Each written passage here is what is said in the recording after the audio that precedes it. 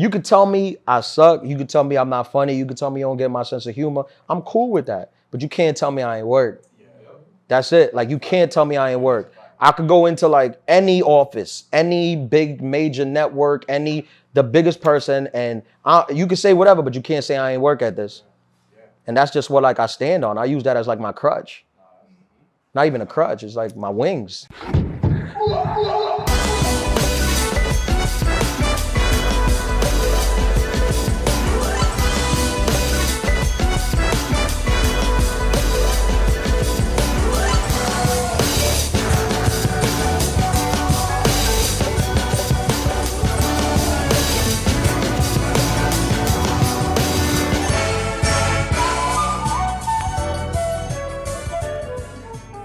What's going on, everybody? You are now tuned in to the smartest guys in the room, and it's your boy O. I'm Jeff. And I'm Big Just. And today we have an amazing guest today.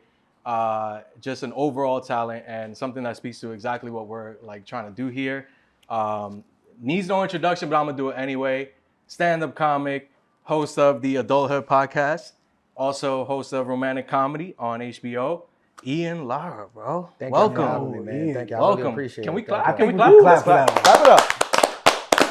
I love Thank that. you guys, man. Thank you for having bro. me. I appreciate it, man. Thank you for coming. Thank you for coming uptown, making the truth from Queens. Yeah, I ain't been up here in a while. this from uptown in a while. No. I'm glad we gave you a reason to come out, man. Yeah, no, I gave you guys my word that I was gonna come up here, so I had to do it. I feel like we've been trying to get you over here for since the beginning of the year, since the beginning of the summer. Summertime. Yeah, and the schedule has been crazy. But I was like, if you gotta just make it happen, or you not, or you just not gonna do it. But in hindsight, this is actually the busiest week because Oh my God. I'm doing the Tonight Show on Monday. Oh, Hey. Yeah, so I'm coming from downtown. I was running around like getting ready for that, but I was like, I told him I was gonna come up there, so I came. That's what's up. That's the second time, right? Yeah, third. This Third is like time. this Amazing, is like bro. a press tour right now. You're on a press run right now. This is one of yeah. the stops. Yeah. Yo, so Jeff just actually mentioned something that's pretty new in your world. So you started a podcast. Yeah. The Adulthood podcast. Yeah. And you've got some followers. Yeah. And what are your followers called? Adultery. Yeah. Yeah, man. It's just for a long time I didn't want to do the podcast thing just because I'm like a stand-up comedian. Like that was my thing. Like I started in stand-up. I'm a truest to stand-up, and I was just like, I'll just do stand-up, and I just want people that like me for stand-up, and I'll just do that, and I'll focus on that. But just where the business has went, you kind of have to step your foot into everything now. Yeah.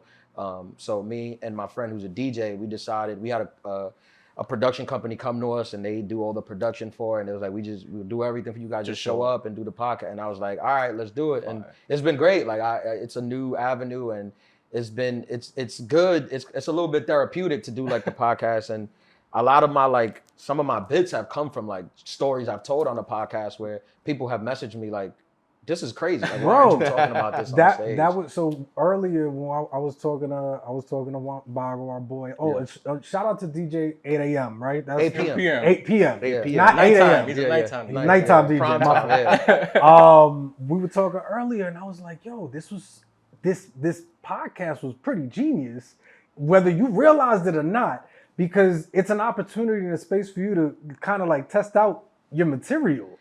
Yeah, well, the whole premise of the pod, like that's my boy. We used to host a show together. Yeah. There was this game show where I was the host and he was a DJ. That's how I met him. Fine. And since then we had like a good dynamic. But we decided when I got the deal to do the podcast, he had reached out about doing a podcast and I thought about bringing him on. I was like, you go on Instagram, it's so many podcasts where it's like men trying to give women advice on how to be women, which I thought was ridiculous. Like, it's just ridiculous, the notion of like these men who like, sometimes you look at them and you're like, I'm not sure that you've ever gotten women. And you giving advice like you. Where is this anecdotal evidence coming from? You giving advice like you this player that gets all these ladies, but I don't know. I don't think you got girls in high school. But so the whole point of it is like, if you listen to it, we're mocking that. We're mocking the idea of like two men giving advice to women. And it's funny because like most of our listeners now are women. Right. So and they just, I guess they just enjoy like The troll, the trolling Yeah. aspect of it. But yeah. it's dope just because they're called, your followers, they're called adulterers. Yeah.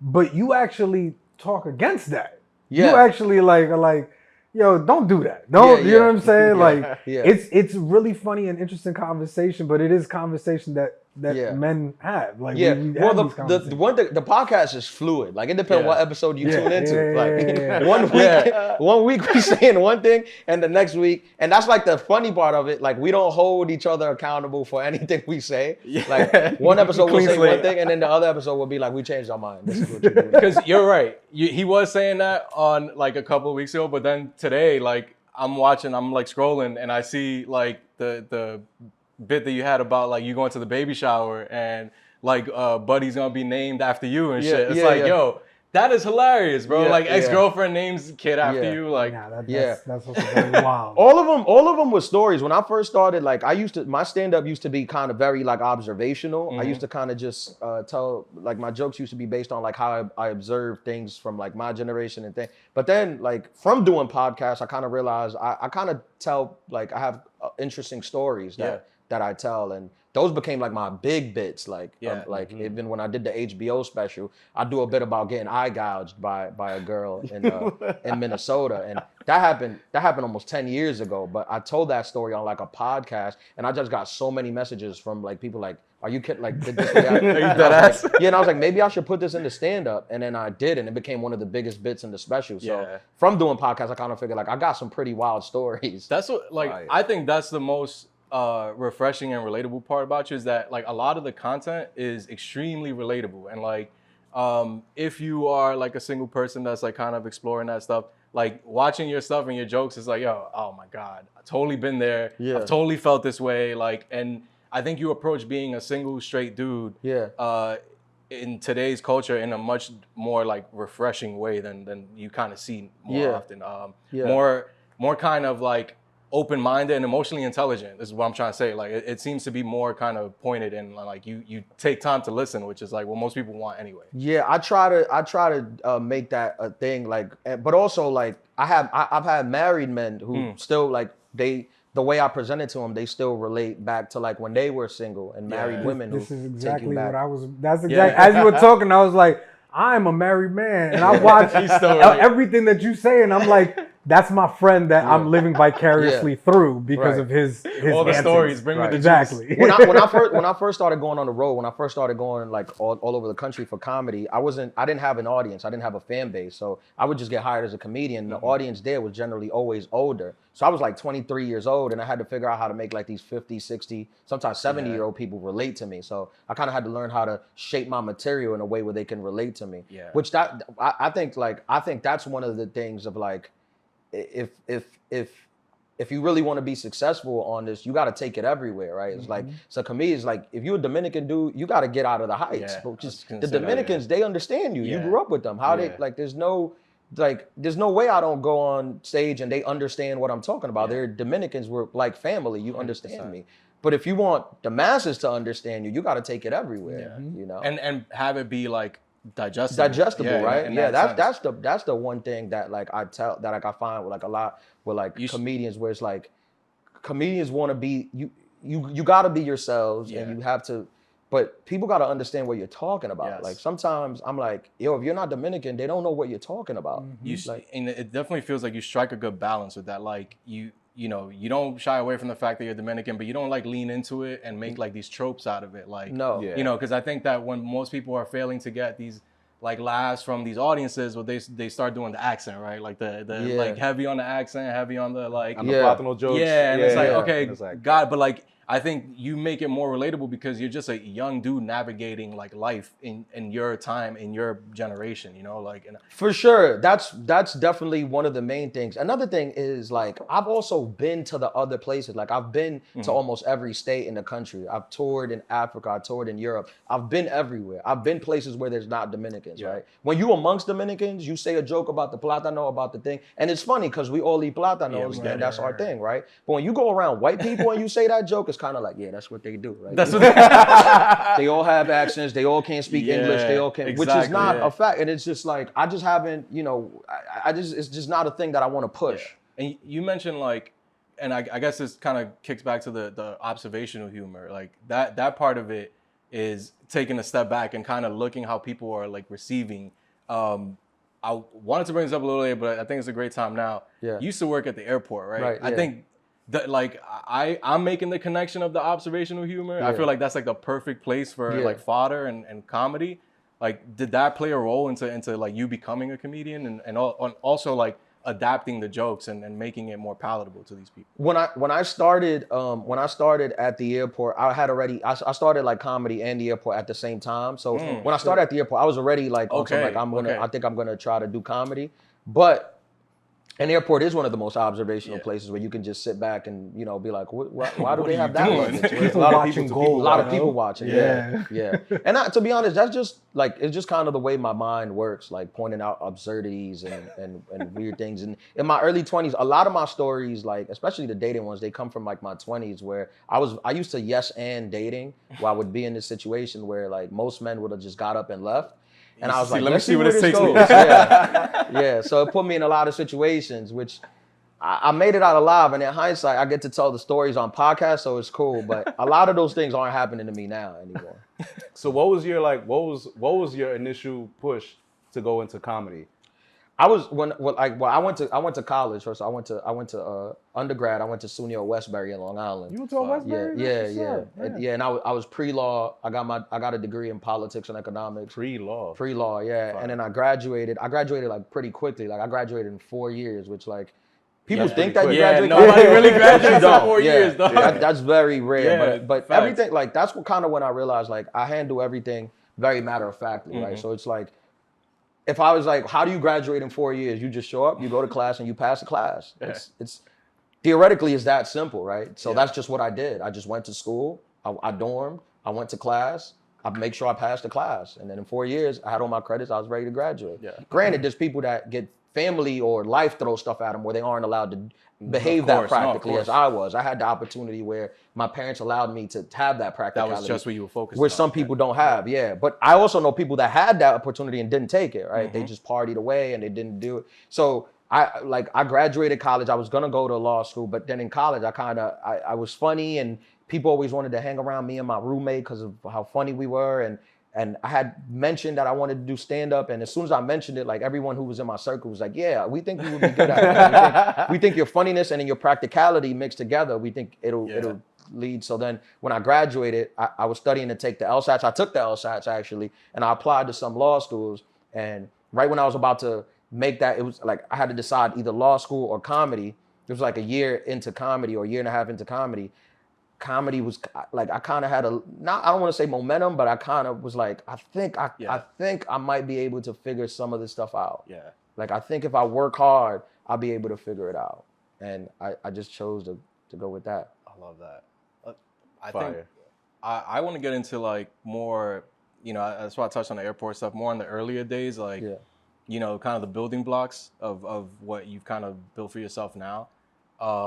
What do you think, like, some of the smartest decisions that you made were? Like, do you think it was, like, one big decision, like, or do you think it was, like, a collection of small decisions along the way that kind of led you to where you are now? I think it was a culmination of a lot of small decisions that kind of led me, like, to where I am. But I've always been, like, I didn't realize what it was, but I think my biggest gift, some people have, like, super intelligence, and some people have, like, super charisma. Some people have a super talent that leads them to where they think. I think one of my things is my super practicality, where it's just like, how do you do that? Okay, I'll just do that. And they're like, but it takes 10 years. I'm like, that's fine. I'll do it. It works. Yeah, so it was those things where it's like, when I started comedy, I was 20 years old, basically, when I started comedy. And I'm first generation Dominican. Both my parents, my mom was from San Cristobal. My dad's from San Cristobal. My mom was already here. She met my dad. She brought my dad here. My dad came not knowing English, learned English, became a professor in English, a teacher in English. He just retired after 33 years of teaching. Wow. So this is the family that I come from. So it's no comedy. Yeah. It's no like They're funny, but it's no stand-up comedy. Yeah. First of all, Like, any Hispanic family, there's no comedy at all. Yeah. yeah. I mean, none they're of that. funny. Yeah, exactly. But they it's didn't never see it a as a joke. career path. Yeah, Exactly. They didn't see it as a career path. But I was just kind of like, I just kind of went on Google and I was what's like, up. how do you do it? And Google was like, this is what you do. And I was like, all right, I guess I'll try that. And then I just did it. And I've been doing it ever since. And that's like the growth. So practicality is one thing, but getting over nerves is another thing. Is that something that you had at all, even at the very beginning of this Of course, journey? yeah, of course you had nerves. But even that, it goes back to practicality, right? Because practicality would tell you when you start doing something, you're gonna be nervous. But if you do it for a certain amount of time, the nerves will go away. Yep. So I'm like, how do I make the nerves go away? Oh, just keep doing that thing. All right, I'll just do that. Yeah, and I think that's the, correct me if I'm wrong, but like it seems like the main barrier to people who like want to do something like stand-up comedy, because that feels like the most isolating place in the world for some people. Like, right, when you step up there, it's like, holy shit, Yeah. what the fuck did I just do, bro? Yeah, like, yeah. I'm here now. That's it. I got to tell some fucking jokes. Like, For sure, man. Yeah, I think that's like one of the things people don't take account, like the work that it takes, bro. yeah. Like sometimes I speak to people and they just have like no idea. Yeah. Like you have no idea how much stand up I've done. Yeah, And I'm like a young stand up. I'm not even like considered like somebody. I've been doing it almost 13 years, and I'm like, but like I've been doing stand up since I turned 20, almost every single day of my life. Like every day of insane. my life, I do stand up. and to put like a bow on that, like you've been touring all year. You pretty much only have off these days, right? You tour like Thursday through Sunday. Yeah. And then you kind of get back, you maybe take a respite, do your podcast. Like you're grinding, bro. Like since the winter, since earlier this year, right? Like you're nonstop. Right. And it's gonna continue. Right. Yeah. No. I mean, ever since I did the HBO special, I had the opportunity. I've been going on the road since I was 24. I've been traveling all over since I was 24. Never like my own like headlining. I was opening for people. I was hosting for people, doing stuff like that. Since the HBO special, I've been able to go on the road for me, for my fans and doing a tour for me. And yeah, we've been doing it for 2 years. I want to film another special next year. So we're going, I'm booked every weekend for the end of till the end of the year. And then next year, we're filling up next year. We're going to fill up the whole year till the fall. And then I'll record in the fall and I'll have another special and then I'll take a break and then I'll do it again. That'll be the process again. But when I tell people, like people be like grinding, I mean, it's also like, to be fair, it's also like fun. It's like what I want to do. Like, right? Like I don't like my friends might enjoy going to the club and drink, and that's fine. Like I've done that, but like I don't enjoy that. Like to me, like going to the comedy club, doing sets, writing jokes, trying it out, like that's literally fun. I'm very lucky. I found something that's genuinely fun, and then I get paid for it. That's like a lot of people don't get that. Like, a lot of people be like, "How could you work so much?" I'm like, because it's fun. It gives you the spark. It's fun. Like I even tonight, before it's only 10 o'clock. I've done 3 spots tonight. I was at the Comedy Cellar. I performed in 3 rooms. I did for 200 people 3 times. I performed in front of 600 people. In and out. Tonight. In and out, bro. Yeah. Not like a robbery. Tonight, like how cool is that? Like that's a cool that's job. insane. And and they paid me to do that. I would have done it for free. I did it for free for 5, 6, 7 years. I did it. I used to pay. I used to pay to do it.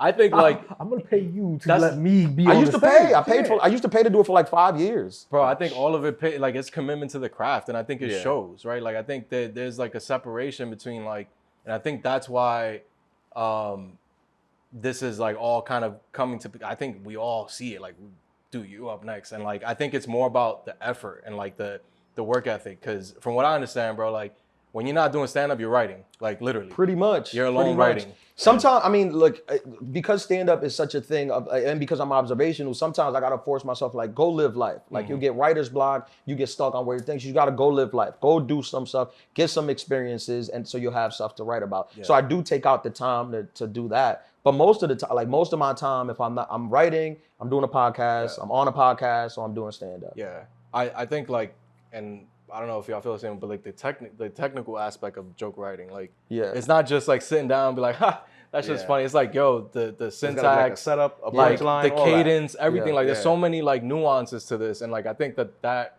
if you can talk about that a little more, because I feel like a lot of times people see a comic and like, I don't know, I usually like older folks, especially like my parents, like haciendo chiste, haciendo vaina, hablando. hablando mierda. And it's like, bro, like, no, this is like, this is a fucking sport. It might as well be a sport, dude. Right. Like, There's a process to everything. Yeah, to be honest, like I'm just like not really that talented. Like I'm not like I'm not one of those guys. Like sometimes I've seen it. Like you see comedians who they could just go on stage and like they could do voices and they can do act outs and they're funny as hell. They have talent where they can just do accents. They can do like different accents. Like I'm fully Dominican. Spanish is my first language. I don't even think I could do a Dominican accent. This is how, like, yo hablo español normal, pero I can't do it like in English, like, be. You can't fake the fun. No, like the poppy accent. Right, no, I can't do that. Like, I just don't have those skills. So, like, my skill is, like I can make every line that I say, like, have a meaning. Yeah. Like, and every line have a punch, and every line make you think and take you somewhere. And I can use nuance as a way to like convey humor, right? With pauses or looks, you know, looking like a deer in headlights at the right time. It elicits like a big laughter, right? So I learned how to use what I can do to maneuver my way through this thing. Yeah. It's so interesting to just hear you talk about how practical you do make it, because like just even those small little things about, you know, certain pauses, you know, making a certain face at a certain moment in time because you know that it's gonna get that laugh, you know, like that's a very, like to some people it is very natural, and then for you, while it might be natural, you've also broken it down to like a science. Yeah, I mean, for now it's like more natural than it was, right? Like now, I mean, I've been doing this almost every night, except like really the pandemic. That's the only time I got like a break out of it. When the pandemic hit, that was the first time in almost 10 years that I went longer than like 6 days without doing stand-up. And those 6 days used to be when I used to go to DR to visit my grandparents. So it's not like I was here doing nothing. For 6 days, you know. But yeah, I think at the beginning, like it was more thing. But now, you know, through memory, like you kind of it's kind of gets repetitive. So now I know how to like develop a bit, right? I know how to like, all right, I need to pause here. I need to do there. Like I can pretty much like get the skeleton of a bit pretty fast. Like before, like what it took me, you know, it took me 8 years to get my first hour of stand up. You know, I did romantic comedy in like maybe 14 months.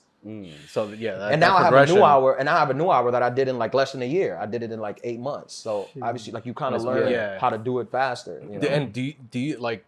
There's a tediousness involved with that. Like, do you enjoy that part? Like for me, yeah. But it takes me like a long time. Like, well, yeah, I mean, it should. Good art should. Like, yeah, it's like hours of me like pacing. Like, what's the word? Like, because comedy is like music, right? Yes. So it's like you say something and you say it in your head. You're like, but it's missing a chord. That's like, exactly, what word bro, that's can exactly I use? what I was trying to say. Yeah. I usually use nigga. That's like a comma. It's like our comma. That's like a thing. But then when I figure it out, I like try to take it out and like it's sometimes like comedy could or it's too wordy. Like the punchline is too wordy. Like, and people, even though they know nothing about comedy, for some reason their ears can hear it. Yeah. Their ears can hear that's not tuned. Like that's not tuned. So it's like a lot of tuning. Like I think and that comes, like you said, with time, but it also comes with like inspiration. So I think I guess what I'm curious of, like, talk to me about mentorship. Like, who are some of the people that you looked up to that kind of molded what we currently know as Ian Lara? Like, yeah. Well, when I started comedy, right, my goals were I wanted to have a special. I wanted to have an HBO special. I wanted to have multiple specials. I wanted to do the Tonight Show. That's what, and I started around 2011, 2012. At that point, reels weren't out. People weren't viral yet. At that point, that was like what a stand-up comedian was you did this, you got a Comedy Central half hour, then you got a Tonight Show, then you maybe got an hour, and that's how you climb. So in my practicality, I found out how do you get these things? And I found out you go to the clubs that are downtown, right? There's comedy clubs. Now early on, I got invited a lot to do like bars and hookah bars uptown, and which paid better and had bigger turnouts a lot of times, and it was like a more packed house, and it was like a more fun environment. But in my practicality, I was like, the way to what I want is down here. Yeah. So I was like, I used to go to Brooklyn, I used to go everywhere at that point, but I was always like, if I don't have anything here, then I'll go, you know, I'll do whatever. But I was always like, but I want to be in the places, because like Comedy Central, HBO, The Tonight Show, they don't go to They're the not coming up Bronx. here. Yeah, they're not coming up here. They don't go to the Bronx, right? So I it's feel like that, yeah. if I want to be like a thing, I have to get in front of them. I have to like a lot of times I feel like people start and they want to break through the system, and it's like sure we all do, but it's like you got to play the game a little bit. A little bit. Like how are they ever going to see? Like some people are complaining. Like some people who are, by the way, I gotta say, are hilarious. So it's not like it's not like they might not deserve it. They are hilarious. But some people I hear them like complaining like, oh, why can't I get this? Which is like they're not there. Yeah. Like you're like HBO is not there. Right. Like how could you logically or practically think that you're gonna get a special? Because you're killing at a place where the people who give the specials are not at. And even from a social media standpoint, right? So like you could have thousands and hundreds of thousands of followers, but if you don't have that right follower, that one writer, that one, I feel like casting person. Yeah. You're on the money. And I feel like comedy or like specifically stand-up comedy is a little like baseball in the sense that there's like some like unwritten rules and shit and like rites of passage. Like you gotta pay your dues. You can't just fucking like skip certain steps because you'll never get like the certain respect that is warranted in these spaces. I imagine. So maybe like if I'm off base or like if you want to. No, you're 100%. You're 100%. When I got a manager in comedy, like a legit comedy manager, pretty early on. Like I was like 2 years in, which is that's early. But he saw me and he was like, this dude has something, whatever. I didn't get on the Tonight, like the way I got on the Tonight Show, I had other comedians who had been on the Tonight Show vouching for me. Like they were like to the booker, hey, you got to check out this kid. Like they took for like, and it was for like 2 years. They were like, you got to check out this kid. You got to check out this kid. You got to check out this kid. Eventually he checked me out and he gave me the opportunity. But that wouldn't have happened if I wasn't in the clubs, doing sets every night in the clubs. If I would have took the money or the things and went to do these other shows, they would never saw me. And at that time, that was my goal. Like my goal was like, I was like, how do I get a career? Like, how do I finagle a career in this business? It's like, okay, well, you do a couple Tonight shows, you pretty much, you'll be able to work. Unless you get canceled, but you should be able to work at least mid-level. You should be able to make a living. Now you get an HBO special, you should be able to work for the rest of your career, right? That one special alone should be able to, I mean, now the times have changed a little different, but one special alone should be able to carry you to get at least C-level work, for your, maybe you're not gonna do the A clubs, the A rooms or the B rooms, but you should be able to get C-level work for the whole thing. So I was like, all right, I need to get these things because this isn't a path that like I know or that like I feel, I'm giving up law school. So I gotta get some stuff on my resume. That's how I was seeing it. I gotta build my resume, right? And with all due respect, like I didn't see those other places as resume builders for me. They build you up, like they make you better and they make you harder. But I was like, I gotta get some stuff on my resume because I need this to be a career for me. So it more sounds like in terms of mentorship, it was more so the spaces that you were in, and less so like individuals. Like no, I had a lot of the comedians from the clubs. Like for example, like Mark Norman, who just had a Netflix special. Joe List, who was on Netflix. Sam Morril on Netflix. All those dudes, I just asked them like, how'd you get? And they were like, yeah, you just do stand up every night. get better. And then in a couple years you check back and we'll see the thing. And I was like, all right, I'll just do that. So it was just like a little bit of talent, I guess, in that. As you've been on the road for years and years at this point, right? What would you say is like the biggest lesson you could take away from all that, like from going from state to state, going from different room to room? At least I guess for my people, I know this is a predominantly Dominican podcast. I would just be like, yo, the world is a lot bigger than the Uptown. DR and Uptown. It just is like it's just so much bigger than that. Like even I'm so practical that I ran the numbers. Like I literally sat down and ran the numbers. Like I Googled like how many Dominicans are there in the United States? I think every Dominican Googled that at one point. I Googled because I was just like, if I decide, it's like 2 million. If I decided like I want to cater, I want to just be the Dominican comic, right? I want to just cater to my people. What does that audience look like? What my family is like? How can I make a living on this? Like, can I take this on the road and make a living on it? And it was 2 million. Dominicans in the country, and most of them are in New York. Yeah, Most of in them, the East it's like Coast. New York, Yep. Florida, North Carolina, Boston, Providence. That You area. got like That's- the weird that's- Dominicans in Texas. That's Molia, and it's not even enough. And then for perspective, I was like, let me Google how many Mexicans there are in the United States, and I googled, and it was something like 40 million. Yeah. Yeah. So I was like, A solid third. I was like, and shit. oh, One out of every 4 people. this is why George Lopez has gotten a sitcom. This is why so many Yeah. Mexican comedians have been able to come through with their Mexican act and get more successful. Not only are they hilarious comedians, Yeah. but there's also the demographic that asks supports for them. it, yeah. Yeah.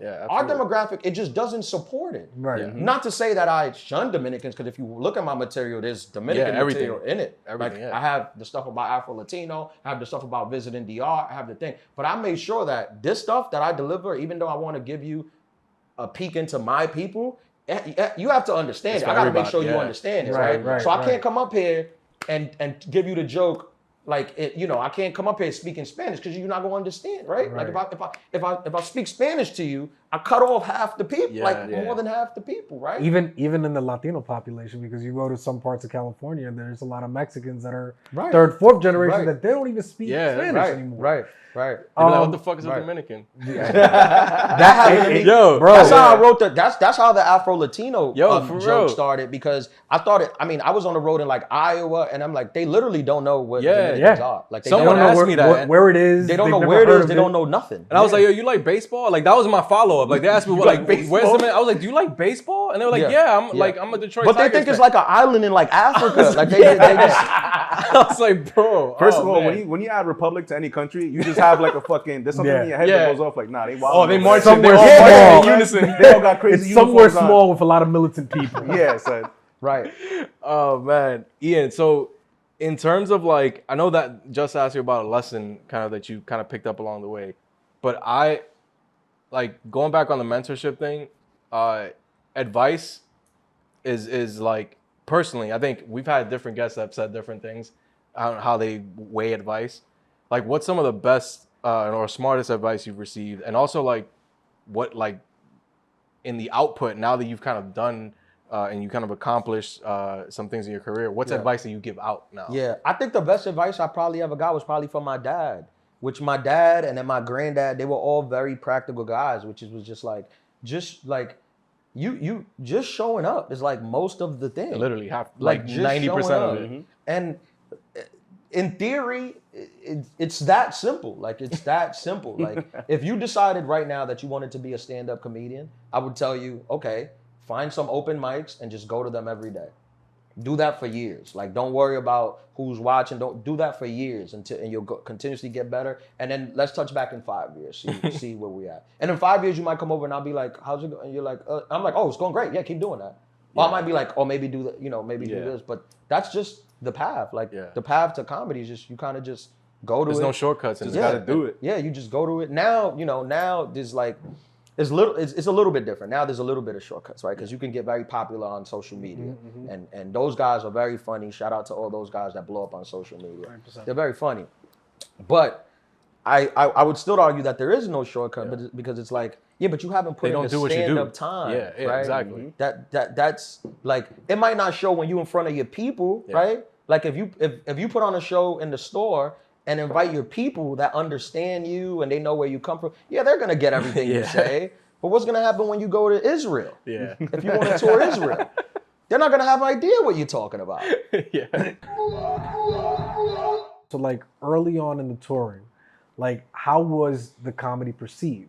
Like I'm sure you had your off nights, you had your on nights, but like early on, like how was it perceived? Especially like when you went to like those other, areas where there's a lot of Latinos, Mexicans, and whatever. Well, generally, obviously now I'm better. So now it's a lot better than it was. But it was always like pretty okay because, again, I trained in like Broadway Comedy Club in Times Square. That's a tourist club, right? Yeah. So there you get people from all over the hell world yeah, that buy tickets to see That's comedy. the 2-drink minimum and Right. $50. Yeah, right. That's where I came up, right? So it's like you come up there, killing there. Yeah. You would think wherever I take it, it'll work, right? Because Right. there's people from all over and they get it, So generally it was like, okay, you got to mix certain things, right? If you have a joke about a homeless guy on the train, it's not going to work like the same in Minnesota. They don't have trains, right? So they don't know what that's like. They think you're joking or exaggerating, you know. So it's just a couple things you got to adjust. But generally speaking, I always was able to make those tweaks and adjustments. Okay, that's awesome. Yeah, I think one thing I also just touching on romantic comedy and like kind of the process towards that. You worked with Ida Rodriguez, who's like a fucking legend, like for Latinos, but just generally in comedy. Like, what was that like? Like, how was that collaboration? Like, what was that experience like? Learning from somebody who's like been goated basically, and like, what did you pick up from that? I mean, to keep it short, it was just perfect. It was just like perfect. Like, Ida didn't just come along and was like, "Oh, let me direct your special." Like, me and Ida were friends since I started. Like, Ida saw me like 2 years in. We had the same manager. Shit, yeah. She saw me like 2 years in. That's amazing. And we have the same perspective on a lot of things. We have the same perspective on like Latinos and Hispanics and the right way to like come in this navigate this industry and be able to like uplift the people, but be able to do it and keep rooted in your roots, stay rooted in your roots, and still be able to ascend in a system that's predominantly white and is predominantly not like us. We've always had the same view. Like when me and Ida talk, we just agree, like on everything. Like it's never like, you know, sometimes you talk to people and it's always like a contrarian. Me and Ida, we talking, it's always like, Heard you, like even something as small as like when we were doing the special, when we were directing the special, we had to do like a wardrobe. Like you had to do a wardrobe like shoot. So they set up the cameras and they came and shot me in the wardrobe Take marketing material to see how it would look on stage. See how it would look on stage. And I went and I did the shoot. Like they had a whole camera set up, and I put on my outfit that I wanted to thing, and I did the shoot. And I was like, and it was like some white guys they were great. They did a great job in shooting it. But I was like, how does it look? And they were like, oh, great. This is gonna look great. This is gonna look great. I was like, all right, cool. So I went home and they sent it to Ida. And then the next day, Ida gave me a call. She was like, "You can't wear this. This looks cheap." And I was like, "You're right." I was literally like, "You're right." She was like, "Yeah, this material, it wasn't cheap. It was like a nice jacket, but she was the way it looked on camera, it looks cheap." And I was like, I was worried about that. But all those guys told me that it looked fine, and she was like, "No, it doesn't look fine." And that's why Ida could direct every special I do ever. Like if you look at like when Ida, because. When we direct, Ida came to me. She was like, "I want to direct your special." You know, she knew me. Yeah. She knew me. She hadn't directed a stand-up special before, but she is a stand-up. So as a stand-up, I knew she knew what a stand-up wants in a special, and she knew me as a person and a comedian. And she was like, "I think I know how to capture you." Capturing a comedian on a special is very difficult, right? Because stand-up is meant to be experienced live. On TV, it's almost like always less. It's always less than what it is in person. Like as good as romantic comedy might have came out on thing, in the room it was better. It was better, yeah. In the room, it's like the same shit to say about a photo. It's like, yo, you could take a photo, but it doesn't look as good as like what you actually see. Yeah, sometimes the opposite. But some dating apps. Some photos could work magic. But Ida was like, I think I know how to capture. I think I can capture you. And then we sat down, and Ida was like, "What do you want?" And I gave her a couple things that I wanted. You know, I was like, I had like minor things. I was like, I wanted to be smoky. I wanted to have like a smoky feel, like how the old Def Comedy Jams used to. They used to create smoke in the room to look. And I was like, I want the audience to feel. I want you to feel like the audience through the TV, like feel the energy in the room. When they clap, like I want you to feel it in the room. And that's all like direction, and that's all the DP and Ida of like how you capture the audience and where does the camera, when I do the punchline, where does it go? That was all. Ida had nothing to do with that. That's amazing. Like, so when people tell me that romantic comedy, like you tell me you like the jokes, I'm like, okay, those were me. But when people like rave about how beautiful it looked, I'm like, yeah, that was all Ida and the production team. Obviously, I have my input on what I wanted, which it's funny because now Ida's like, she's like, everybody wants her to direct her special. Ida's hard to get. You can't even get her. I was like, she called me, I'm like, Ida, you can't be directing everybody's special. But she was telling me that now people want her to direct the specials. Like some people want to direct specials, but it's like, she was like, but they just want her to create what we created. But she was like, but I gave her a vision to bring to life. It wasn't like she just showed up and was like, this was going to be like, we worked together flawlessly to create that. And I don't know, you know, whether you like it or not. For me, I just, when I made it, I just wanted to be like, I just wanted to be a representation of me at my best at that point. Yeah. And I really feel like it is. Like at that point, that was when we filmed it in July, that was less than a year for me losing my mom. Like that we filmed that. Oh, wow. That was like a special it was all adrenaline. Like that was all on like adrenaline, like grief, and that was like what I was dealing with at that time. Yeah. So like when I came out and I did that shit, like that's what that was. And we did it. Like I think we captured it. I'm very happy with it. Fire. The results show, and I mean, to touch on that, like your family is like a massive priority to your life now. Big time, you know? yeah. I think like, you know, you forego work to like spend time with your people, and like I think that's like the most admirable thing, right? Like we come from close communities, you know, Dominicans are generally close, but like talk about that, like the importance of family when it comes to like you being able to like then go out and do your work, right? Yeah, I mean, I think my mom was just an old school Dominican in that way, where my mom didn't really believe in like friends. Not that she didn't have friends, but there was no such thing as friends, right? So it was like, if you were my friend and you were close to me, then you were family. Like there were people that weren't blood, but they weren't friends. They were family. Right. So this mid-level of like, this is just my close friend, but that's not my family. We didn't have that. So she only people that came around was either the family or the people that be considered family, that been around for years, that grew up together. Where if we saw them, I would be like, that's my cousin, that's my aunt, that's this, that's just how we grew up. Yeah. So that's just like I'm just like a representation of that. Byproduct of that, of that energy of like. And now I have friends. Obviously, you can't have friends, but it's like if my mom wouldn't call you a friend, like if you were a friend, it was either you were family or she was like, I don't fuck know you. you. Who's this guy? Fulanito. Yeah. That was the energy, which I think is like a very Dominican, very Dominican thing. Yeah. And that's just how I grew up. I was the youngest of 5.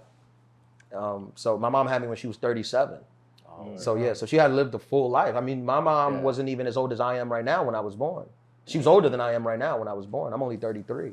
So she had lived a complete life before I was born, you know? So she, you know, when I came around, I wasn't changing anything. Yeah. The family was set, and this was what the rules were, and this is what the thing was. And I just kind of, you know, sometimes kids are born and they want to fight the family, which is sometimes you have to, right? Because sometimes and you know, every family has it, including mine, some toxic things that you want to break, right? Yeah. You don't want to keep that consistently. But when it came to principle and the way we behave and the way we carried ourselves character-wise, there was nothing about my family that I wanted to change.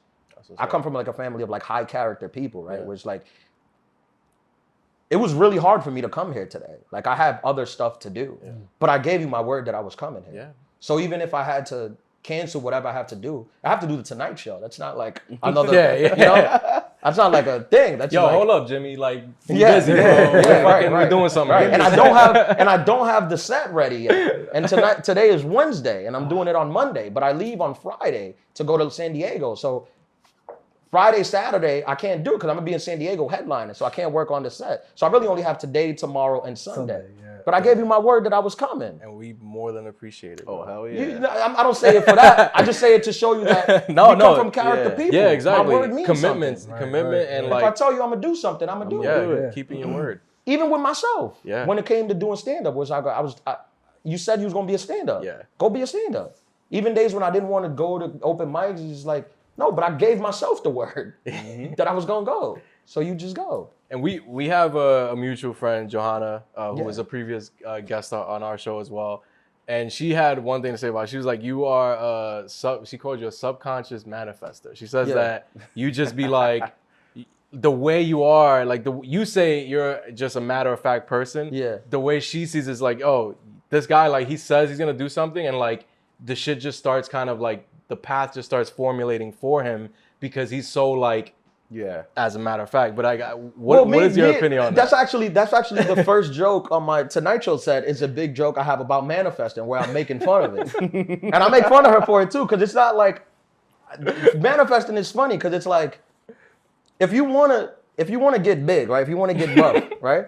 And you go to the gym every day and work out, did you manifest? You can't manifest a six-pack, bro. Did you manifest getting in shape? Or did you go to the gym every day and work out? Yeah. That's what the manifesting people. That's kind of the joke. Is like if you just say I want this and do nothing, nothing happens. See, that's the dope thing. Yeah. Man. It's like you're holding yourself accountable. Yeah. Right. You Every know, and step. just speaking it into existence and speaking it back to yourself. It's holding yourself accountable. Right. And I think that's a lot of people need to really Right. focus on. Stick It's to like, it. yo, you just show up. Yeah. When you show up, you're holding Yeah. yourself accountable Yeah. by doing that. I do believe this.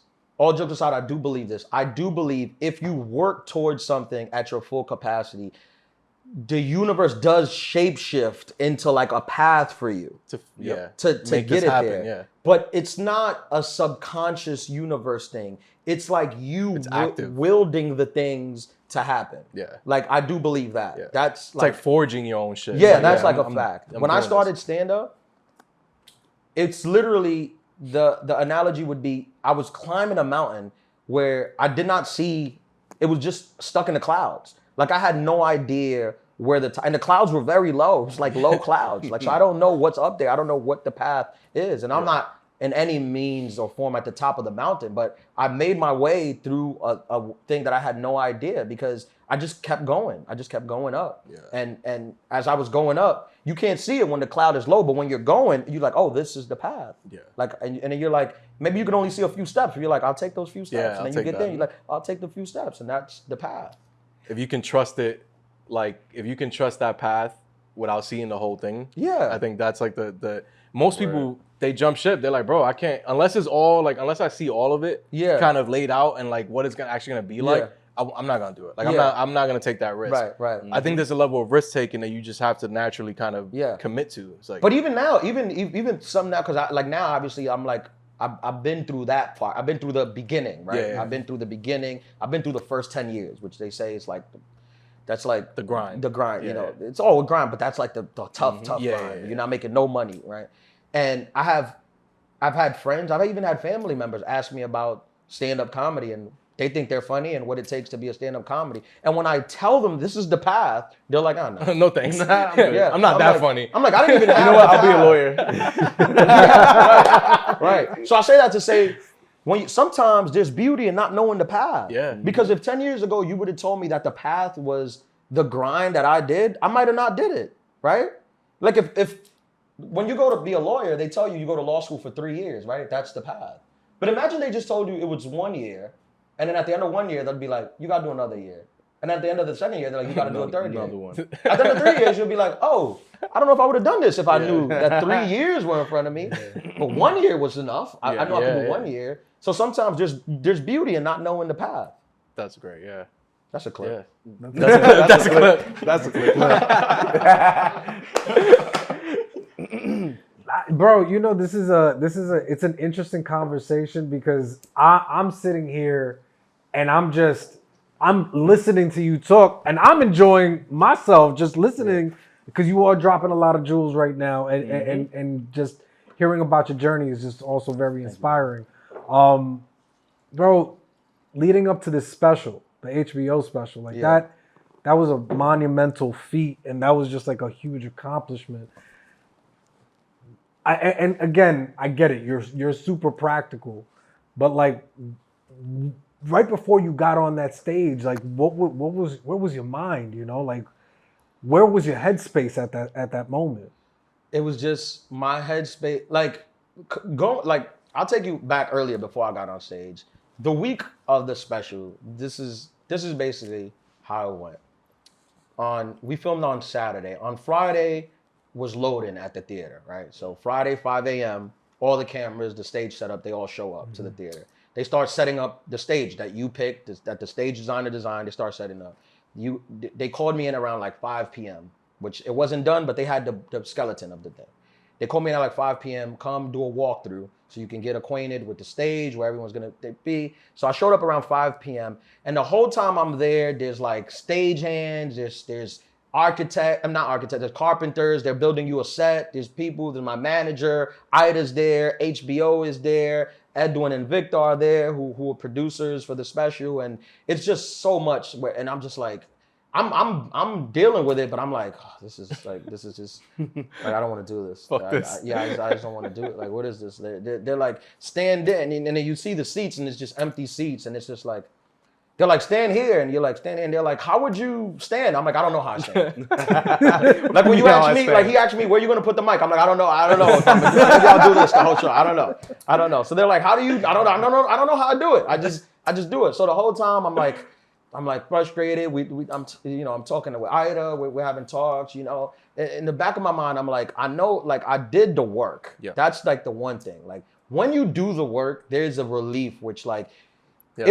It won't take away your anxiousness, but it should exactly take away the nervousness, right? Mm-hmm. So I was anxious, but I was like, at the end, I was holding on to, but Ian, you did the work. Yep. You went on tour for 8 months. You took this all over the country. You did this show all over the country, and you worked it from the beginning till now. Yeah. You switched jokes. You did this. You did that. I sent it to like a couple of my friends. I used to tape all my shows. I sent it to like some comedians who I respect, who are like my peers who I respect. I was like, watch this. Maybe I need to step away from it. Watch it. Watch it with foreign eyes. Tell me, am I missing something? Is there an angle that I'm missing? And I sent it to like 4 friends. They all watched it before we filmed it. They watched it. They were like, dude, nah, like it's like I don't find nothing. I'm like, are you sure? Yeah. They're like, yeah, I don't find, like maybe this, maybe that, but that's up to you. Like so I'm holding on to all that. I'm like, everyone I respect told me okay, gave me the okay. Mm-hmm. This is good enough. But at the same time, I'm like, but I don't want to I don't want to stand in front of cameras holding a microphone weird when I think. So the whole time I'm anxious. Then that the night before, they're like, take it easy, so whatever. I think I went to dinner with Ida. We're talking. And I'm the day of, I'm still like anxious about it. I'm like, I gotta film this special tonight. And we're filming in New York, which means my whole family's gonna be there, right? If we were filming in LA, I could be like, no one will find out about this until it comes out. But I'm like, we filming in New York, my whole family's gonna be there tonight, and my friends, everybody's coming out. People I used to work with at the airport, I'm anxious. Then we get to the show. They got me a hotel like close to the thing in the city. Sent me the driver. The whole time in the ride, I'm like, oh, damn, this is, like I'm listening to music, trying to get but in the back of my head, I'm like, remember you did the work. Like worst case scenario, even if it sucks, you did the work. And that's all you can ask for. Like, even if it sucks, you did 100 shows where it worked, right? Then we do the load-in, people think, we do dress rehearsal, I'm anxious, cameras ready, load-in, boom. They had a couple, the openers they were filming their own thing, they went on. And then somewhere between like the opener, like I don't want to call them openers, they were filming their own thing, but when they were filming, like I just watched the audience. Like I was just sitting back with Ida and I was just standing there and Ida was like, she was like, what's wrong? Are you good? And I was like, yeah, I'm gonna fuck the audience up. Locked in. Yeah, I'm locked in. And then they was like, Ian, you ready? I was like, yeah. And then when they handed me the mic, I was like, okay, this is what I do. Like everything else, I have no idea about. I don't know how to stand in. I don't know how to do sound check. I don't know nothing about cameras. I don't know nothing about seating. But telling jokes in front of people, I've been doing this for 10 years. At that time. So once the shit started speeding, you're like, all right, I was like, I'm let's good. go. I was like, let's do it. Let's do it. And that's kind of what I rode. I kind of rode that energy wave. And it speaks to the accountability, bro. Like taking no shortcuts, making sure that you're kind of sticking to it. Like then you didn't cheat yourself. So like when you got to it, it was like, no, bro, like I worked. I did all this shit. Yeah, that was like the main part where I was like, I wasn't a new comic. Yeah. I wasn't a new comic that had luck on another thing that went viral, and then they decided to give a special, and then I was nervous about like I haven't done a full hour in front. I was like, nope, you're a stand-up comedian. You toured this all over the country. This is, and also like they did like it takes a lot of like reassuring, right? It's like this cost a lot of money. They did this for you, like they did this for you. There's a lot of carpenters around here. A lot of union people around here, bro. Fresh smelling wood in here. Right. And Viva Pictures, Edwin and Victor, they hadn't filmed in New York. Oh man. They came to New York because of me, because I told them, no, come to New York. We're gonna put on a show in New York. We're gonna do it. Like New York gonna come out, and I found them the theater, and I got the production company, and those guys, they believed in me completely. Like they just, like, shout out to Edwin and Victor. They just like, they gave me the keys. That's basically amazing. There wasn't one thing that I asked for that they were like, no. They were just like, anything I wanted, they went to HBO, like, we need this. Yeah, that's amazing. I think having that level of support is like unquestionably like a leg up, and like just having a support system, period. Not even like the weight that's behind it. It's Yeah. more about people like showing like actual support and kind of keeping that flame going, because like it's so sensitive. Anything could put that shit out, like for Yeah. the most part, right? So Yeah. like it's all about you to kind of get that back together. I think that support and all that just comes from like the work. Like people they could take away a lot. Like you could tell me I suck, you could tell me I'm not funny, you could tell me you don't get my sense of humor. I'm cool with that. But you can't tell me I ain't work. Yeah. That's Yeah, it. that's Like a you fact. can't tell me I ain't That's work. a fact. I could go into like any office, any big major network, the biggest person, and you can say whatever, but you can't say I ain't work at this. Yeah. Yeah. And that's just what like I stand on. I use that as like my crutch. No, that's Not even tough. a crutch. It's like my wings. that's It's much another better. clip. That's another clip. We So- going viral. So Ian, Variety named you one of 2023's like top comedians to watch. Like Yeah, top 10? what does betting on yourself look like in the future, like moving forward now you've done this? Like what's the next step for you? Like what do you want to do? What are your goals or dreams? Yeah, man. I said this. I actually said this when I interviewed with Johanna. I mean, I think I have to sit back down and set some new dreams because You got them all. I've achieved a lot of the things. Like That's I remember fire, bro. I remember when you start as a comedian, like your first goal is to be named one of JFL's Montreal's new faces. That's like the first step, which is that's like they fly you to Montreal and you showcase in front of basically all the big wigs in Hollywood, and that's like them saying like these are the new guys that like you should watch out for. Up next. They're up next. They're doing it, you know. And then that's like they take anywhere from 25 to 30 comics, you know. So it's a bigger list every year. It's a bigger list. But the next one is varieties, like varieties comics to watch. Yeah. That's like, these are the guys. That's the only 10 every year. That's like, these are the guys. And you don't even audition for that. Yeah. They have to pick you. Right. That's like Variety, which one is the biggest industry magazine in Hollywood. I'm not from Hollywood. I'm from Queens. I'm just a dude from Queens. Yeah. Like, and they know, you know, they knew about me. I didn't call them and be like, hey, yeah. you know, there's a lot of behind the scenes stuff with like my agents and management and stuff, but that's like the biggest magazine in Hollywood saying like, hey, this kid is the next big thing. I mean, that was like one of the, like that along with the special, it's just been a culmination of like all these great things that like I owe to like the support from my family and the people around me and the hard work. Yeah. The 10 years passed, and now that like the riches are coming in, or more so like the fruits of your labor are kind of starting to kind of bear fruit. Yeah, and now we have a TV deal for my own TV show with Chelsea Handler, and her production company. Oh, wow. Congrats on that, man. And you know, we took a break obviously because of the writer's strike, but now we're back. We just got like a call today that we're gonna jump back into it and hopefully get that into like some type of development, get into some network, and I love that. and keep going forward. You know, have a movie on Amazon Prime, a cartoon movie that I did the voiceover for. Fire. Where I'm the lead voice is Finnick. I'm Finnick on it. That was like a huge thing to watch. My nieces and nephews get to see me as a cartoon character. You know, that was crazy. So like, you know, I'm just doing all the things, man. I'm just trying to do all the things, just trying to keep working and staying humble. Not sometimes you get into, you start to believe the hype, not believing the hype, you know, just still doing the same thing I was doing before. Like nothing's been different, just still doing a bunch of spots and writing jokes. That's it. That's what got me like to sit here with you guys. Yeah, work is, it's all about the work. I feel that, man. I really enjoy the zero ego mentality, which is bro, what like, you're talking about right now. It's hard, man. It's hard when you look. It's hard when you scroll through Instagram and just see yourself. Like a lot of people be posting my shit. It's hard. It is hard. I mean, one thing I will say, I can't leave without saying like the support that like the Dominican community has given me. Like I never even imagined that, which I think that's so important. Like when you see these other guys that like kind of blow up, like your people will lift you to the top, right? Like you can entertain these white people or you can't, but you don't even get to them if you don't get like your own people.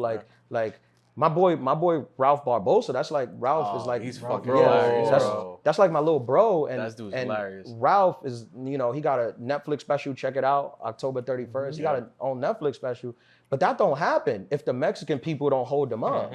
Like the Mexican people lifted him up. Like those clips going viral and being shared. That's what got him the special. Like as funny as he is, No, yeah, you don't you're get right. a special There's a lot like of fun. 5 Yeah, you're years right. in, you know? You're right. Like he got lifted up by his people, which is beautiful because he works hard and he deserves it. And then his people backed him. So I think that's very important. But I also would say it's also very important is like we have to make sure, and this is one of the things that me and Ida agree with, is like we have to make sure that we elevate the people who deserve it because we don't get a lot of opportunities at this, you know? Yeah. Like if HBO gives me a special, it's like a Dominican, you know, and it fails miserably because I'm not That's ready. the last Dominican they're gonna give a the special next to. Dominican- For a long time. Right, Yeah. They're gonna be like, if they give Yeah. me a TV show and it fails, not to say that anyone can fail, No. right? But if it fails like miserably, they're gonna be like, look, we gave the Dominican a shot that you Look what wanted. happened. And look Try what it happened. out. Yeah. And what the industry does a lot, they'll be lazy when it comes to finding the person, right? They're not going to the thing to find like who's the real they're guy. just seeing the numbers. They're just going, like who's the, let me see, who's the thing. Oh, this shit got 1 million views? Yeah, and they'll pick that person. Yeah. Which shout out to that person because getting 1 million views is not easy. Right. Yeah, But it's that's like a fact. it's important that we elevate the people that are doing the work if we want to take the culture and take the thing to the next level, you know? And there's a ton of them, ton of Dominicans and Latinos that are killing it right now. When I started, there wasn't a ton. Yeah. When I started, I didn't have anyone to look up to. I only found somebody to look up to probably like 2-3 years in, maybe 3 years in, which was Vladimir Camaño. yeah. Shout out to Vlad, who was like Vlad. a big brother to me. And he kind of gave me the gems and he kind of helped me. Shout out to Orlando Leyva too, another Dominican from the West Coast so who gave funny, me yeah. the gems. The guys who are really like grinding, like we're all super close and we're all like super like helpful to the next person and elevating them. But my first clip that did numbers was the clip about being Afro-Latino, and it got shared by a ton of like the Dominican pages and all that, and like World Latin Star and all those stuff. And that's the first I got like a Dominican fan base where I was like, oh snap, like. Cause you grow up in your own bubble, you don't know. It's like, oh man, there's so many people that have like the same experiences that I have, and that grew up like me and that live like me. That's so dope. That was and that's why I brought up Ida, because like I think that she's been kind of speaking that more loudly than a lot of other people, like just Afro Latinos, and like we're here, bro, and like we're doing all these things. Like pay attention. It's not just like. And I think that she really like touts that, and I think that that's so important. Like I think the timing just makes sense, right? Yeah, like that too. Yeah, I think similar to so many people, probably the Afro-Latino clip was definitely something that caught a lot of our attention, but it was also the relatability that Jeff was talking about before, because you're talking to a whole generation of Latinos who are first generation, that our experience is very different from our parents. Like we might not be we might not be Dominican enough for the Dominican club. You know what I'm saying? Right. Like we're kind of like straddling the line between these two worlds a little bit. Which, bro, Dominican I York. gotta say this, bro, because in the same way I just gave a shot, I have heard, I'm not gonna say no name, but I have heard through the grapevines of people chirping or questioning my Dominicanness. Oh boy, Bro. nah, bro. I am so Dominican, bro. How Dominican are I you? am Dominican, I'm like pure, like there's no not Dominican. Let 'em know, like son. I'm only from Dominicans who married Dominicans. Everyone in my family is Dominican. Like, Esa sangre está pura. it's not one, no Puerto Rican, not one. It's all Dominicans that married Dominicans. to be found. My dad is from San Cristobal, Pueblo Nuevo, Calle 4. My mom is from up the block. Like, this is where they go. My dad came here at 30. My mom came here when she was in her early 20s. Like, I'm first generation. I was born here. But I'm pure Dominican. Like, Spanish was my first language. I didn't learn English until I was like 6. That's crazy to me. But because I'm not dressed like a plátano on stage. So you got no socks on, or Yeah, some I'm not, fucking like, come on. buckles on your loafers. We can't do that to each other. Yeah. We have to allow, like, first of all, Dominicans are not one thing, right? Just as much as we're a plátano, because I had that for lunch this morning, right? Just as much as we're whatever you want to be. With it's Dominican doctors and Dominican lawyers and the Dominicans that I don't smoke hookah. Some Dominicans don't smoke hookah. We're not a monolith. As all other Latinos, allow us to be who we are. And also, like you said, I'm from Queens, which the Queens Dominicans are different. It's different. It's not a Heights Dominican. Like Yeah, that's the stereotypical Dominican of New York is the Washington Heights Dominican. Yeah. But Queens Dominicans are a little bit different. A little bit. A little bit different. We're a In the little sense more- that they don't have like communal pools in the middle of the street. Y'all not at the fire hydrants, you know, Yeah. like It's not doing that. We're not at the pompa. Yeah. No, yeah. But you know, it's all love. I used to come uptown all the time Nah, to party. bro. But yeah, there is like a different energy of the thing. Because I think in Corona, in Queens, like there's a ton of Dominicans in Queens and Brooklyn, yeah. but they're not all within like 20 blocks. right. So we're a little more spread out. out. So you have to assimilate a little bit more with the different cultures out there. And So I that's the think thing, that's Queens is a melting pot because you Yeah. probably grew up with a bunch of different Latinos, blacks, whites, Asians, Indian,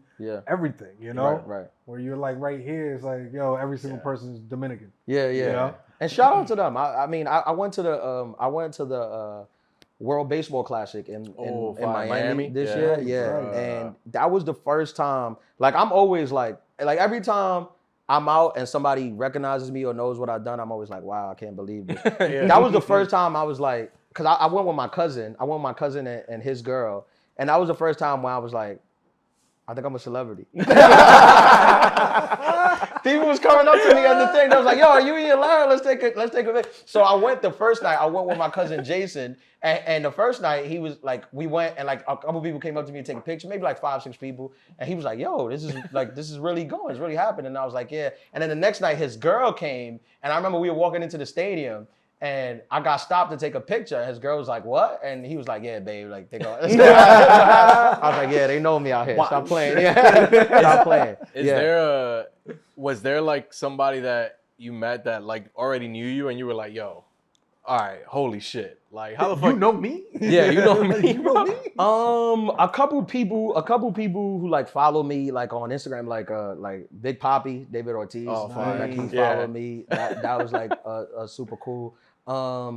Going to DR, also going to like I've done like I toured in DR. Like I did a show in DR fire, yeah. in the Capitol. I Okay. sold out 2 shows Talking in about English. Wow. in English. In English. In yeah. English. Oh, Yeah. How was that? Amazing. And was it like tourists or it was a mix of tourists? and Nah, people it was just Dominicans local? who speak English. love that. Yeah, it was Dominicans who speak English, and it was in the capital, so obviously there's like a lot Yeah. more there. But yeah, it was just Dominicans who speak English, and we sold out 2 shows at the comedy club over there.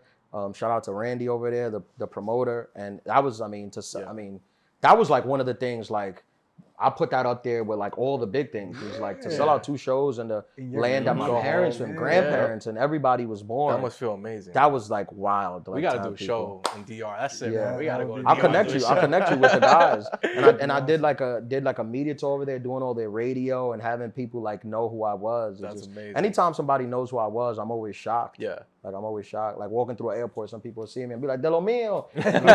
Personal. Yeah. I'm like, yeah, that's amazing. Yo, Ian, I would be absolutely remiss to not mention that you are absolutely probably one of the most fashionable stand-up comedians on the internet, in person, point blank, right here. You're wearing a cream fucking PK polo. Yeah. You know what I'm saying? I got the drip. Yeah. So, you know, and then also full circle moment, we're here at the Chop House, the home of MRFU. There's a little bit of a connection right there as well. Yeah, for A sure. lot of people have seen you wearing some of the threads here. Yeah. Yeah, for sure. No, look, if you doing going back to what I said before, if you doing the work, I'll support it. I don't care what it is. If you doing the work, I'll support it. So when the MRFU guys hit me up, they wanted to send me a package. I was like, sure. I knew it was like a Dominican brand from Uptown. I was like, all right, send it. I've had a lot of people send me stuff. They send me packages and stuff. But sometimes when they get here, I'm like, oh, this is not like the quality. Not but me. I remember I was at the stand and they sent me like a big box. I was at the comedy club and the manager was like, oh, you got a box here. And then I opened it and I started pulling the stuff out. I'm like, yo, this is dope. Like this is not only is the design dope, but the quality is like good material. So I was like, oh hell yeah, I'm gonna definitely wear this. And I wear it like every chance I get. I wear it on like podcasts. I wear it on some of my stand-up clips. And sometimes people hit me up like, hey, where's that shirt or where's that hoodie? Where you get it from? And I always make sure to pay it forward. Like, Do you have like at this point in your career, do you have stylists and stuff like that, or you still Hell doing no. it on yourself, right? It's just me. Hell no. It's just me. I remember my I'm not. Some guys are 6'2", right? And that's and that's the thing they got. Right? Some others have to work a little harder, bro. Some guys just wake up 6'2", and they could just get up and leave the house and they just be 6'2" all over New York. And shout out to you guys that could just be 6'2" wearing anything. Shout out to you guys. I'm not that guy, okay? I'm not that guy. My grandfather always told me, I remember growing up, like I used to go see him in DR. My grandfather was a short guy too, but he was always like even I met him when he was already in his 60s and he's still alive, but he was already older. But even they told me stories from when he was younger. They was like, they always be like, your grandfather, he was always like a fly guy, like the ladies wanted him. He's like a little guy, he's shorter than me, like a little guy. But he always had like style and he always smelled good. And that's just how he thing. And I remember like from a kid, he always used to tell me, he's like, he used to say it in Spanish, he's like, todos los hombres tienen que ser un poquito comparón. Yeah, a little bit. You gotta be like las mujeres le gustan los hombres comparón. It's like, you gotta be a little bit, you know? So I just got that from there. I got an aunt too who kind of raised me in that same spirit of like, nobody's more toxic than a Dominican aunt. Yo. nobody will tell you more toxic masculinity than a Dominican aunt. They'll really plant that into your head. They'll really plant it into your head, you know? And they were like, you know, you dress nice, you smell nice, you dance, you're gonna get women, no matter what your height is, no matter what you look like. You could be fat, bald, it don't matter. You dress nice, you smell nice, and you could dance, you'll get women your whole life. So that was my mantra. I love that, man. It's working well. It's working well. But you're still out here dating, or are you in a relationship? Nah, I'm asking for a friend. It's hard for me to be like in a full like thing because I'm just always gone. Yeah. I'm always gone. So you run into these things where you're like, things work out and then you're happy and then she's like, but you're gone. I haven't seen you in 3 weeks, you know? So you move thing. But you know, I don't want to be single. Like I don't want to be, when I say single, I mean not married. Mm-hmm. Yeah. I don't want to be not married. Like I want to get married. I want to have a family. I feel like I have wisdom to give, you know, beyond this podcast. Somebody to give it to. Beyond this podcast, I have wisdom to impart. Right? So sometimes like people hit me up and they're like, "Oh, you just want to be single and living your life." No, I did romantic comedy for a reason. I did romantic comedy and it's titled romantic comedy and it's a lot of dating stuff because I wanted that to be a thing in my life that was that, right? I was that point, I was 30, 31. I was there, you know, I was like, these are all my dating stories from my 20s, you know? Yeah. So, I want to have more, I want to do a special about marriage and a special about pregnancy and then a special about divorce. You know, I want to do all the things. These are all experiences. So when you get the writer's block, I want to do all the things. Yeah. Just like, I'm going to get married today. Yeah. I want to do all the things.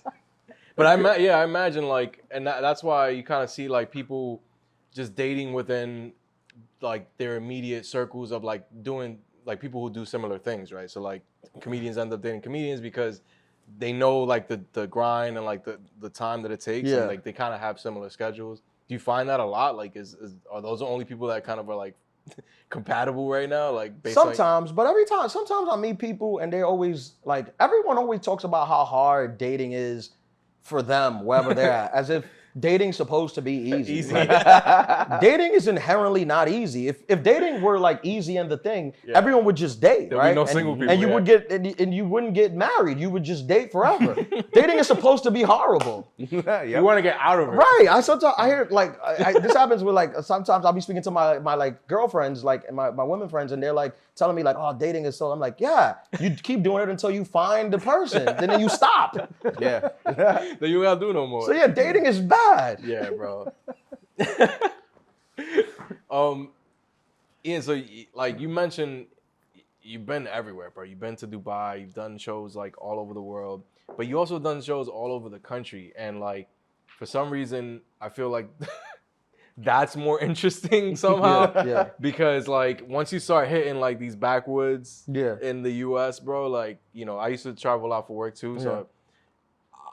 I used to see shit that I'm like, yo, nah, bro. Like, I'm from New York, bro. So if a New Yorker is shocked by some shit, I feel like there's But you've been shocked by different stuff. Like a guy masturbating on the train, not shocking. Not shocking at all. A road with no lights and Confederate Very flags. shocking, bro. Shocking. Get out. Get out. That ass. So I guess, what are some of the things that you've seen, like some wild shit that you've seen in your like touring experiences? One time I was in Georgia. It wasn't Atlanta though. I was in Georgia and I was driving through Georgia and my car, I had a rental car. The rental car was running out of gas. Oh, shit. And I was there with like a couple friends of mine.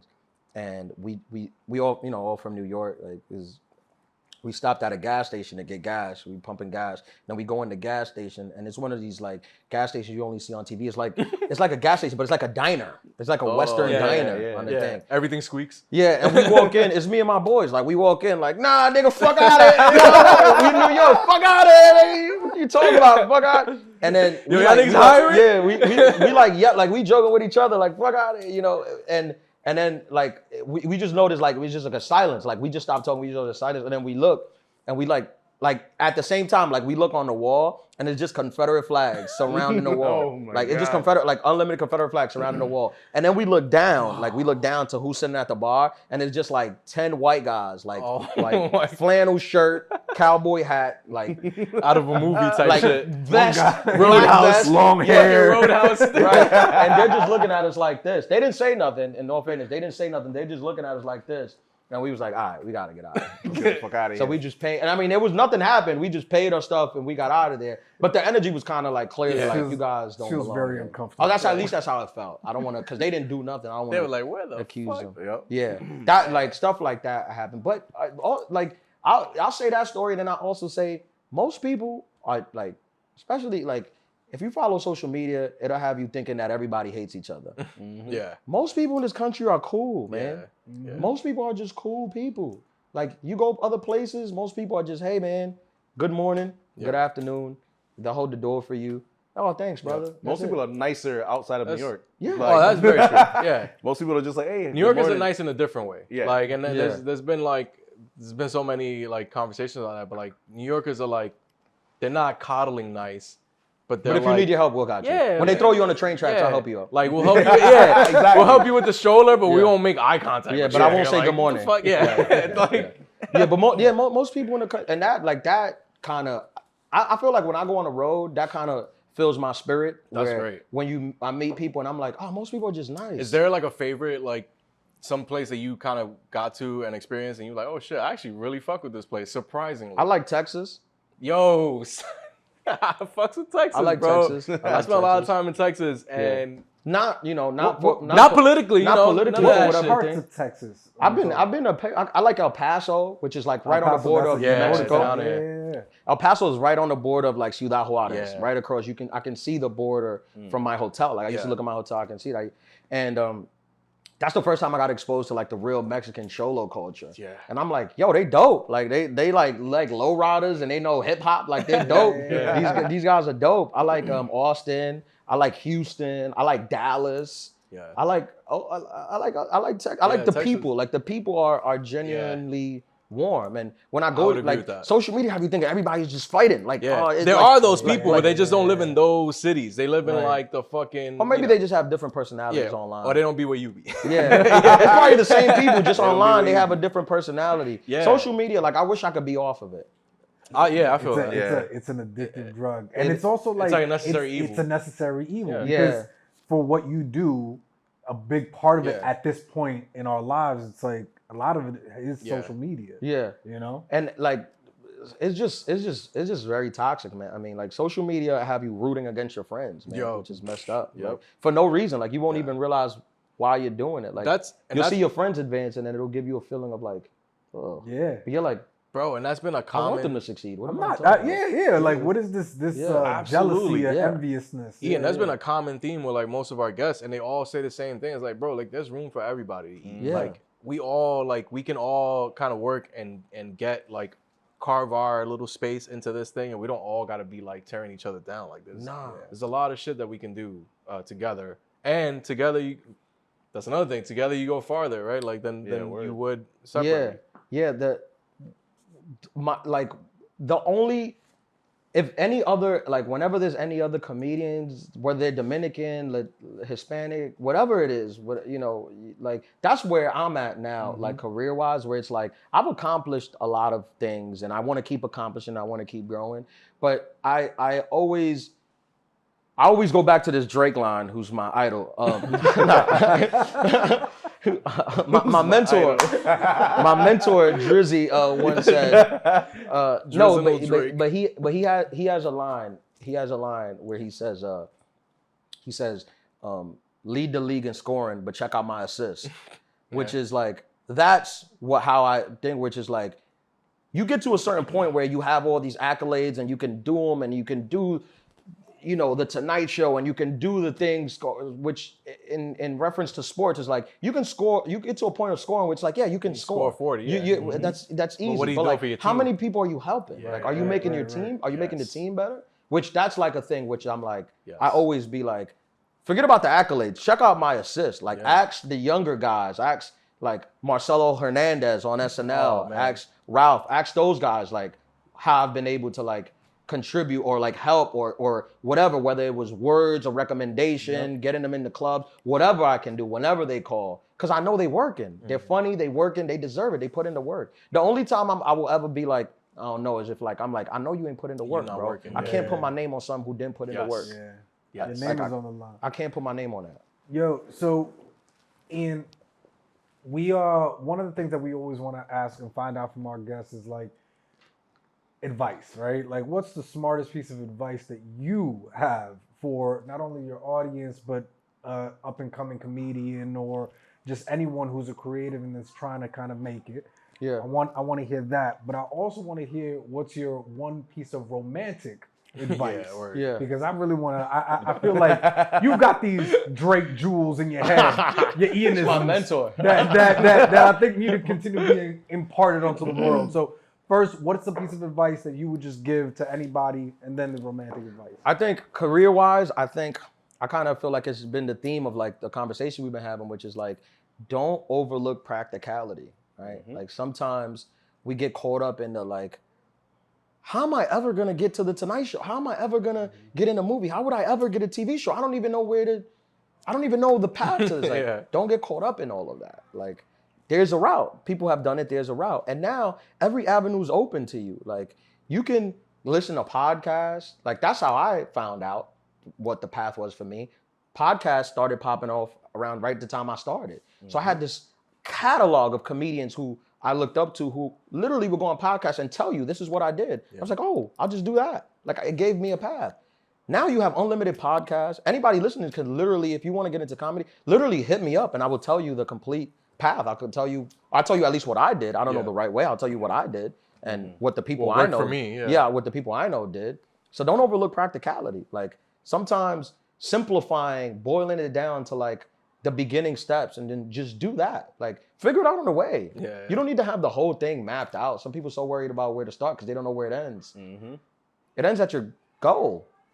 But just starting, the starting is easy. Starting is showing up. It ends when you end. Right. It ends when you stop. Right. Exactly. That's a bar. Yeah. Starting is like easy. Like, anything you want to do, I can pretty much Google how to start. Right? So just Google how to start and do that. And stop waiting, man. We getting old. Yeah, bro. Now that one piece of romantic advice. I don't know if I can give romantic advice. I mean, I would say to the people who are like trying to figure it out, you know, such as like myself, whether if you're dating somebody or you with the point, I think getting rid of the notion that like dating is supposed to be like this great thing. I'm not saying like a relationship. I mean like dating, like the when process. You're not, of, like you know, your relationship should be good, obviously. But I'm just saying like when you're dating around trying to find the one, like thinking that that's supposed to be good. It's not supposed to be good. When it's bad, just be like, yeah, it's the game, right? You just came and you move on and you find like your person. I think therapy helps. I'm in therapy, trying to break a lot of generational curses. But to be honest, some generational curses, I'm like, I'm gonna keep this. I'm gonna keep this one. You know. Yo, that's a fact. Can we ask which ones it is? That's a fact. I mean, I don't want to get too things, but I mean, I think I've said this before. I still believe in like gender roles, right? But only if it's accepted by both parties. You can't have your roles and put it on somebody who doesn't want to do it, right? If that person doesn't want to do it, then that person is not for you. But I found that like the person I date generally understand, which like I like, especially now, like I've been in a position where, or I've been in a position and I'm on a trajectory where it's like, I'm like financially I'll be okay. Like I'll be okay, you know. Like I'll do fine. So it's like these are the things that I need because these are the things that I can't do, right? So if I want a partner, I'm like, are you willing to do these things? Yeah. And most of the girls that I've dated, like I find like I want to have this conversation, they're like, yeah, I am, and it works fine. Yeah. But I feel like there's like a push of like trying to erase that completely, and I'm like, well, if you don't want it, for sure, no. Like, for sure, no. And there's guys that don't want to do it, right? There's guys that don't want to take care of the house, don't want to pay. They want to split the bills. They want to split. Your guy is there. If that's what you want. There's a lot of those There's guys. more of those, right? There's way more of There's those more guys. of those guys, Wait, you right? said 50-50?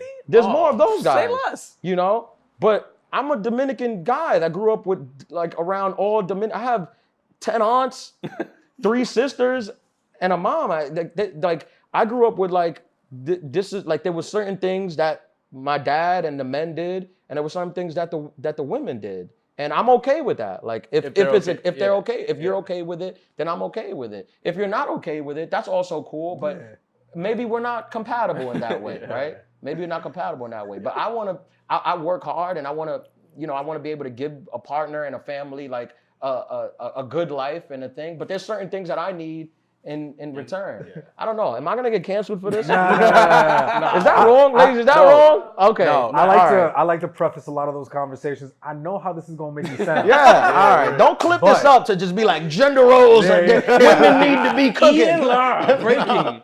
No. And also I find like if you date like Hispanic women, Dominican women, they're on board. I find like they're like even the most professional ones. Like I have friends who are lawyer things, and you're they're letting like out a hack right now. they're like all the Asian and white and black guys are like, oh, they on town for real? Okay, that's what they're doing up there. Good to know. Good to know. So you take the 1 train? Ian, thank you for a wonderful conversation, bro. Like yes, sir. Thank you for spending your time with us, bro. Man. Like for allowing us to like, get into your business a little bit. No problem, man. Thank you guys for having me, bro. I really appreciate you guys. Like I said, you guys are like you guys come highly recommended, and anytime I'm connected with people who are doing the work, I'm always like there. Whether it's in my line of work or in any other kind of work, I know how hard work is. Yeah, work is work. If you're doing it, however I could help it grow or help the thing, I'm there for it. And you guys had wine, so so I came. Yo, shout out to Pre-Shift for providing the wines for us. Our friendly sommeliers from the neighborhood uptown. Yeah, how you hold the wine? Yeah, I mean, shout out. I don't think it's like that. Dante and Julie for hooking it up. You're supposed to put your Shout fingers out to in it. Yeah. Pause. But you're supposed to put your fingers in it. But there's no hole for the. Oh, this one has it. This one has it. This one got the flat bottom. Yeah, we last week, Ian, we just talked to some sommeliers. So they put us on to like how to hold shit, how to like mess around. So I took when I was in London, I filmed a show in London, this travel show, and I took an etiquette class with a guy that had trained with the Queen. He's like a guy that had trained with the Queen, and he was showing me like how to do everything. I gave up. I was like, no. You realize how much you're doing everything wrong. Everything wrong. Everything's wrong. Everything is wrong. We drank tea. I was stirring my tea. He was like, that's how you gonna stir your tea? I shouldn't hear the clicking. Yeah. Really? Everything was wrong. Oh man, Ian, tell our people where they can find you, man. Like I'm on Instagram, Ian Lara Live, on Instagram, on TikTok, on YouTube, on Facebook. Watch the special if you can. It's streaming on Max. It's called Romantic Comedy. Watch it. If you enjoy it, share it. Tell other people to watch it. Oh yeah. Somebody had bootlegged it and put it on YouTube, but they took it down. But that's how you know your shit got that's bootlegged. I know. I was that's like a badge of honor, bro. I was like watching it on YouTube. No, this is just my hat. I just had this hair. This is my hat. I sell this on the road. But if I'm in your town or wherever, come check me out. Listen to the Adulthood podcast for more pro tips on how to be a man. And if you in New York next year, maybe it's gonna be a while. Maybe this time next year, I want to tape my next special, so I'll do that next year. And we want to make it like a big thing, and we'll do that here, and it'll be good. It'll be good. Ladies, I'm doing the work. You heard it. He's giving out the blueprint. He wants to get married. He's got a special coming up. It's about a year. So you got that Line time up. period. Dive into the DM. You know, I'm just saying. He's like, goes down nah, in the but yes, DM. go ahead. Just go ahead. Oh, and when does this come out? Hopefully within the next few weeks. Yeah. Okay. End of the month. All right. Well, Yeah. I mean, I was gonna say watch me on the Tonight Show on Monday, but it'll be on YouTube. They put it up on YouTube Yeah. the next day. Watch my new set on the Tonight Show. I got 3 of them already. This will be my 3rd one. Hopefully, it goes well. 3-set Poppy. That's what's up, bro. Watch Yo, ladies and gentlemen, Ian, Lara, don't forget to follow us at The Smartest Pod on Instagram, TikTok, and YouTube. Hit us up. Share your thoughts. Hit Ian up. Follow the Adulthood Podcast. Also, like and subscribe because you got to throw that shit in there. Do the thing. Do the thing. Ian. Smash the like button. Thank you, my bro. I appreciate it. I was waiting for somebody to say it. Smash the like. Smash that like. Hi. Oh, All right. man. Peace, y'all. Peace.